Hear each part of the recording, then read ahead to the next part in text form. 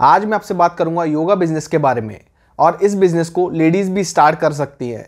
अगर कहीं मैं आपसे अपनी पर्सनल स्टोरी शेयर करूं तो मैंने 1 महीने के लिए योगा क्लास ज्वाइन की थी कोविड-19 से पहले और उस क्लास की इंस्ट्रक्टर एक लेडी थी। अगर कहीं मैं आपसे बात करूं मेरे बैच के साइज़ की तो हम लोग एक बैच में 40 लोग आते थे और ऐसे मैम के 5 बैच चलते थे। अगर कहीं हम एस्टिमेट भी मान लें तो 5 बैच मिलाकर हम 100 स्टूडेंट कर लेते हैं। तो आपको पता है उनकी फ़ीस कितनी थी? उनकी फ़ीस थी 1200 रुपीज़ पर मंथ। जी हाँ दोस्तों, कोविड-19 के बाद जिम और योगा की डिमांड काफ़ी ज़्यादा बढ़ने वाली है क्योंकि सब लोग फिट रहना चाहेंगे। अगर आप योगा बिजनेस से रिलेटेड सारी इन्फॉर्मेशन चाहते हैं तो इस वीडियो को लास्ट तक देखिए। मैं आपको बताने वाला हूँ कि आपको ट्रेनिंग कैसे मिलेगी, आपको लोकेशन कैसी जगह पर चूज करनी चाहिए, आपको मार्केटिंग कैसी करनी चाहिए। हेलो, मेरा नाम है राहुल चारी और स्वागत है आप सभी का बिजनेस आइडिया इन हिंदी में। अगर कहीं आप इस चैनल पर पहली बार आए हैं तो आप जाकर मेरी और भी वीडियो देख सकते हैं। बिजनेस से रिलेटेड मेरी काफ़ी सारी वीडियोज़ हैं इस चैनल पर। तो चलिए बिना टाइम वेस्ट किए हम लोग योगा के बिजनेस के बारे में बात करते हैं। तो सबसे पहले हम बात कर लेते हैं ट्रेनिंग की। तो क्या योगा स्टूडियो खोलने के लिए आपको योगा आना ज़रूरी है? ऐसा बिल्कुल भी नहीं है।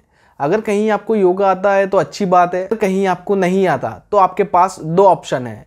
एक, या तो आप किसी ट्रेनर को हायर कर सकते हैं या फिर सेकंड, आप खुद योगा सीखकर योगा स्टूडियो खोल सकते हैं।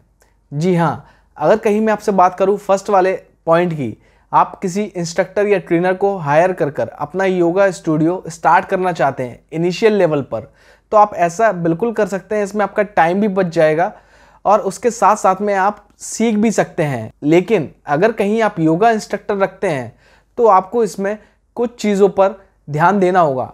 जैसे आपको एक प्रॉपर कॉन्ट्रैक्ट बनाना होगा आपके इंस्ट्रक्टर के और आपके बीच में कि मेरे जितने भी क्लाइंट्स हैं आप उनको नहीं पर्सनल ट्रेनिंग दे सकते। नहीं तो क्या हो सकता है, ऐसे मान लीजिए सारा का सारा इन्वेस्टमेंट किया आपने और मज़े कर रहा है आपका इंस्ट्रक्टर। क्योंकि योगा इंस्ट्रक्टर के साथ आपके क्लाइंट पर्सनल टच में रहेंगे।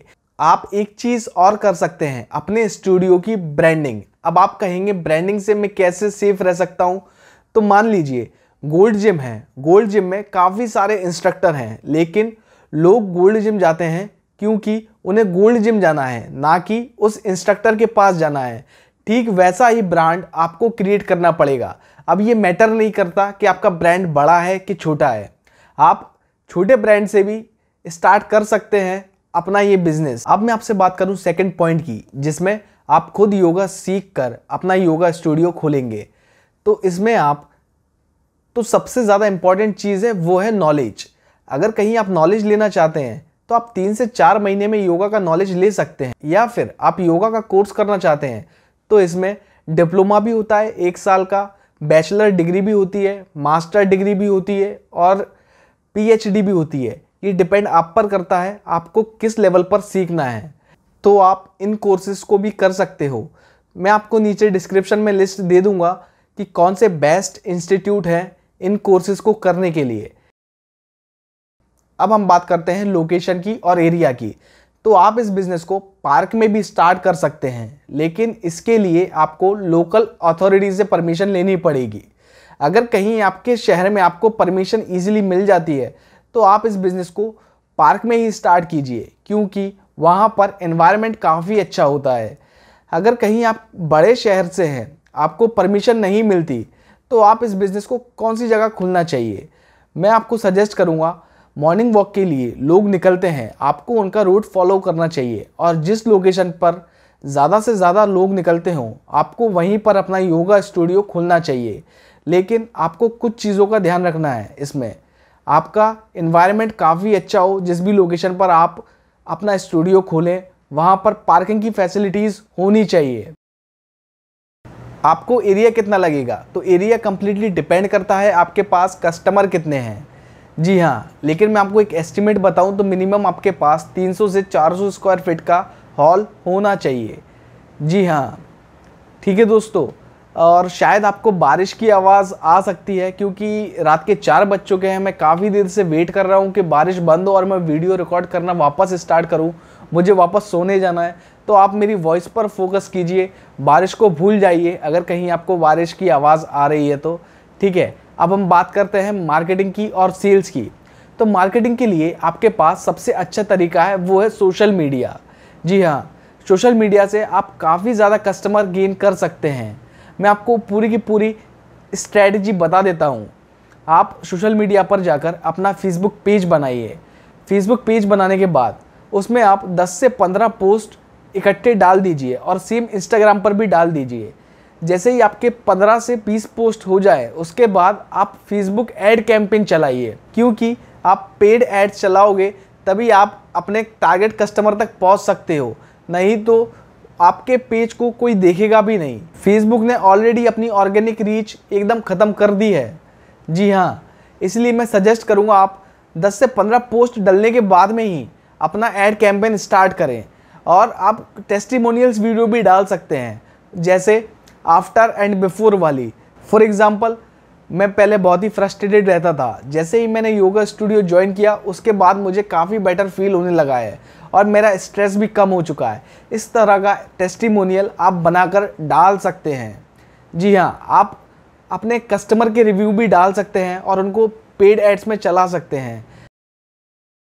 मैं आपसे बात करूं सेल की, तो जब हम फेसबुक ऐड कैंपेन चलाएंगे उसी टाइम हम अपना लीड जनरेशन का कैंपेन सिलेक्ट कर सकते हैं। उसमें होगा क्या, मान लीजिए मैंने आपका ऐड देखा, अब मैं चाहता हूं आपसे कांटेक्ट करना, तो वहीं पर मैं नीचे बटन रहता है उस पर क्लिक करूंगा और नीचे जाकर सबमिट पर क्लिक कर दूंगा, तो मेरी डिटेल ऑटोमेटिकली आपके पास पहुंच जाएगी, जिससे आप मुझे फॉलो बैक कर सकते हो और मुझे सारी की सारी डिटेल्स दे सकते हो अपने योगा स्टूडियो से रिलेटेड।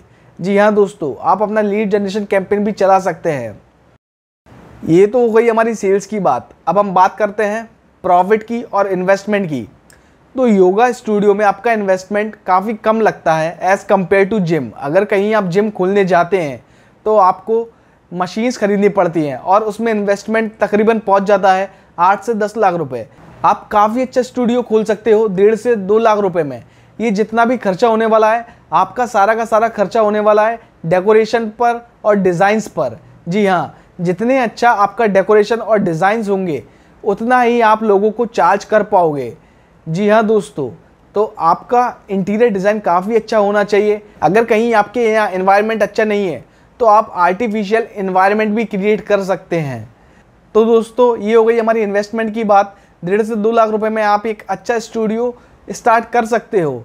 मैं बात करूँ जहाँ मैं योगा क्लासेस जाता था, तो वहाँ मैंने आपको एक एस्टिमेट बताया था कि 100 कस्टमर का अगर कहीं हम टारगेट करें 1200 रुपये से, तो 1,20,000 रुपये होता है। लेकिन ये पॉसिबल नहीं है छोटे छोटे शहरों में। शायद आप मेरी वीडियो छोटे शहर से भी देख रहे हो। ये पॉसिबल है तो बड़ी बड़ी मेट्रो सिटीज़ में पॉसिबल है। जी हाँ, अब मैं आपसे बात करता हूँ बिल्ड कम्युनिटी। आप एक अच्छी कम्युनिटी भी बना सकते हैं। कैसे? मैंने देखा है पार्क्स में जो सीनियर सिटीजन्स होते हैं वो शाम को और सुबह वहाँ जाकर बैठते हैं और उनकी एक कम्युनिटी होती है। वहाँ वो बहुत ही ज़्यादा एंजॉय करते हैं।